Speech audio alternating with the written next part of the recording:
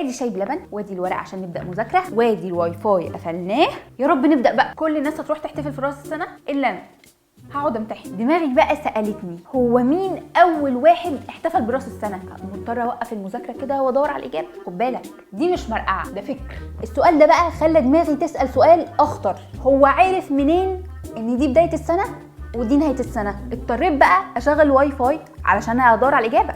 ما تبصليش كده، انا مش بضيع وقت. وبعدين ما انت كمان بتضيع وقت اهو، انت ما قاعد بتتفرج عليا. من اول من احتفل بالنيو يير؟ بحث.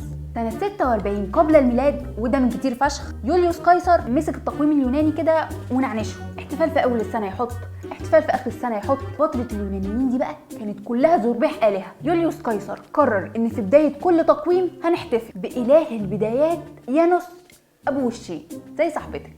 ده مش تنمر والله، بس ده علشان ايه؟ علشان يانوس اله البدايات كان يقدر يبص على الماضي ويكمل كمان في المستقبل. محدش يعمل زي يانوس. عامه بنرمي الماضي ورانا كانه ما حصلش ونركز في اللي جاي. لقيت كمان ان الناس كانت بتقدم قرابين لاله البدايات ده، وبيعلقوا له الزينه على الابواب، ويعملوا محشي ورق عنب ويعزموا بعض. حاسس ان المعلومه دي موجوده عندي صح؟ ده جميل قوي يا جماعه بجد.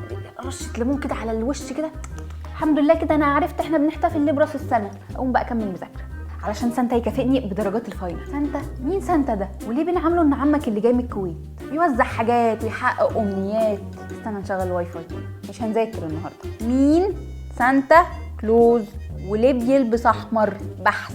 ثانية واحدة، ده طلع راجل قديس كبارة. لا وكان مشهور انه دايما بيساعد وينقذ الاطفال لحد ما مات في 6 ديسمبر. فالناس قررت بدل ما تترحم عليه وتعمل له كولدير ميه، قررت تحتفل بيه. ده مش كده وبس، دول ركبوه غزالة ولبسوه احمر. الف رحمة ونور عليك يا عم سانتا.